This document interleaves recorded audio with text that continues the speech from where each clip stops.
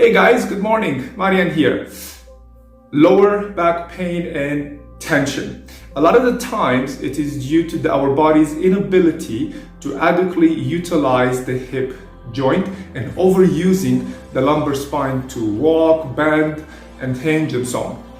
What we want to do is to restore movement in the pelvis. Now, the pelvis is not such a rigid structure as you may think. The two pelvic bones and the sacrum in the middle actually move quite a bit. Not a great deal, but just enough to maintain the sacrum balanced in the middle, where the pelvic bones move forward and backwards. We call that an anterior tilt if they start dipping forward, or a posterior tilt if they dip backwards. And that depends on what you're doing with your legs, whether you're flexing, lifting the leg, or extending, pushing behind you. So let's do a few exercises that will bring mobility and function back into the pelvis, and hopefully that will loosen up the back and give it an opportunity to relax and resume its normal function, which is mainly stability, is what they're trying to develop around the lumbar spine.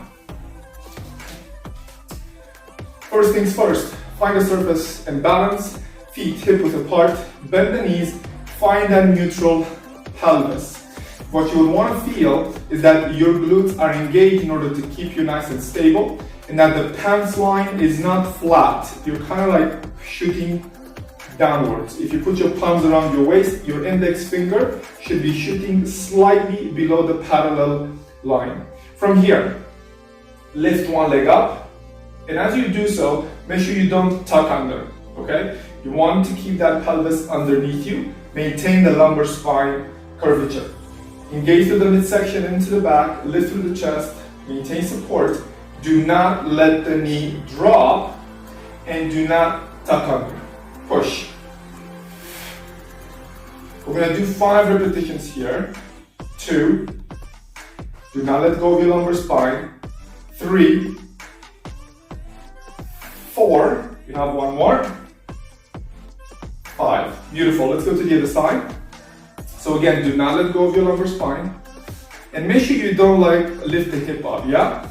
Tension is equal on both sides of the ribs. Press. 5, 4, 3, 2, 1. Repeat. Again, checking that lumbar spine. 5, supporting knees bent. 4, breathe. 3, 2, 1. Last time, lift and let's press. 5, again, don't let go of that lumbar spine. We don't want this. This becomes useless, yeah?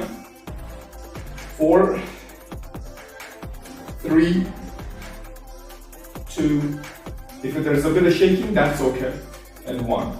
All right, let's take it to the floor. Next up, we're gonna go into the hips. We're gonna do a few hip bridges. Feet as close to the pelvis as you can. Bring your feet in line with the glutes. Do not put them together. Yeah, relax the body down. Palms into the floor, shoulders into the ground, chin into the neck. Lumbar spine arched. Yeah, so we maintain a neutral curvature. From here, thumb, little fingers, pinkies, into the crest of your hip, push the hips into the ground, and now lift the hips to the sky. There we go. So the palms are kind of providing that guidance, because what you want to do is to break at the hip, not curve in the back. Yeah? Not like this. Like that. And drop. Push. Slowly drop. Try to draw a straight line up and down with your belly button. Push. And drop. Excellent. If balance is becoming an issue, you can put the palms down on the ground, but make sure the pelvis touches the floor first, not your back. Good. Keep going, stay with me. There we go, 10 more seconds. Push, come on down, push, come on down.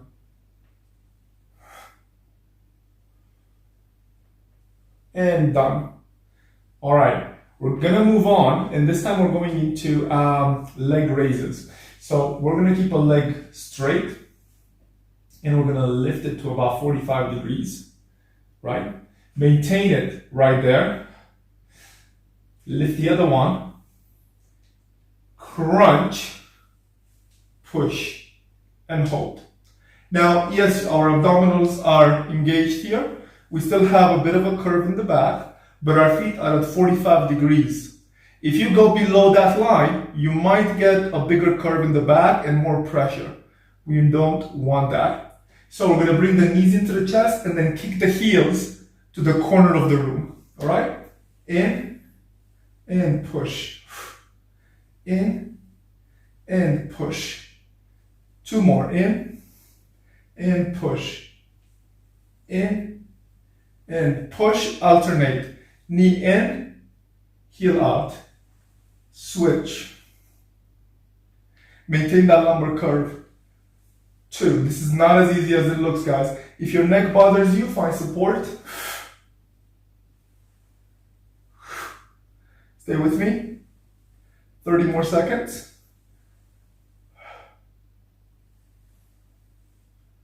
Nice and easy. Maintain that lumbar curve and those heels kicking at 45 degrees. Remember, the heels drive the movement. 10 more seconds.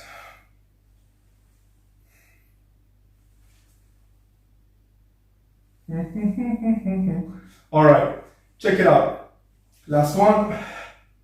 Feet down to the ground. Relax. One foot comes close to the pelvis.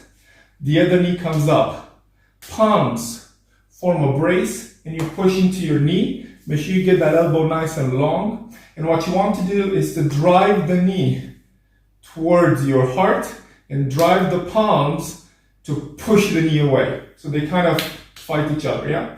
Push, push, push, push, push, and you'll create a lot of tension right here in the crest of your hip. That's fine.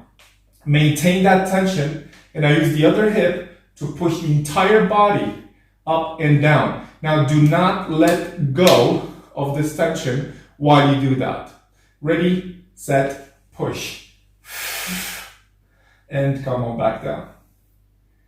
Two. Yep, you guessed it, lumbar spine curve remains. Three. Push. Excellent.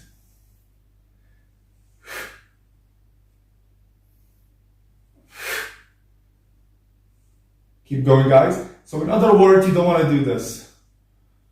Yeah? Arch into the back. We don't want that. We want the hip musculature to do the work. Good job. Last one. Switch sides. Press into the knee, heel close to the hip, and up we go. Push. Keep going. 15 more seconds.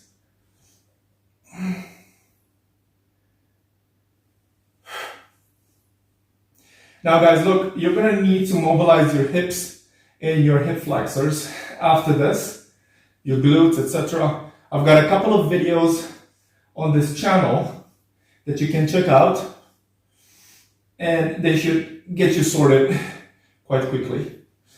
Push. Last one.